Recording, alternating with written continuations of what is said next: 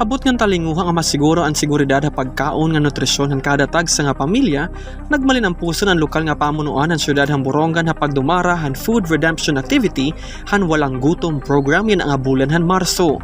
Ang nasabing aktibidad ng gindumara sulod hintulo ka adlaw, tikang hadton Marso 20, 24 ngan Marso 25. Didto ini haduha nga magkaiba nga venue, ang multipurpose gymnasium nga ng JTR Sports Complex, agud masiguro ang kahapsayhan distribusyon.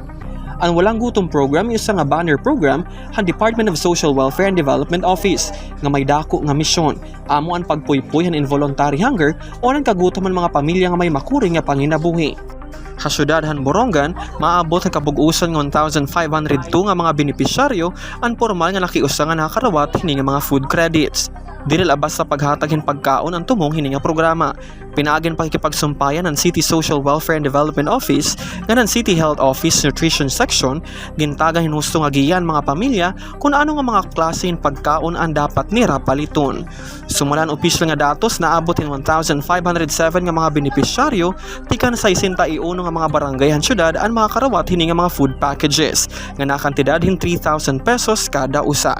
Kundiin ginbahin-bahin ini subayan siyentipiko nga basihan han nutrisyon. 1,500 pesos hini ang ginalutaga para ang carbohydrates. 900 pesos o 30% hini naman amo ang protein. Ngan 600 pesos amo ang 20% para ang fiber ngan condiments. Ang mga nutritionists ngan health workers inaada para pag-edukar ang mga nanay ngan tatay kung unan-unan pagplano hin balanced meal para ang irang mga kabataan.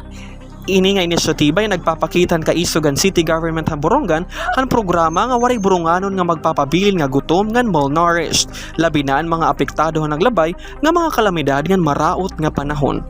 Tikang dire syudad han Borongan, Julius Gilbert Malien, Eastern Summer News Service.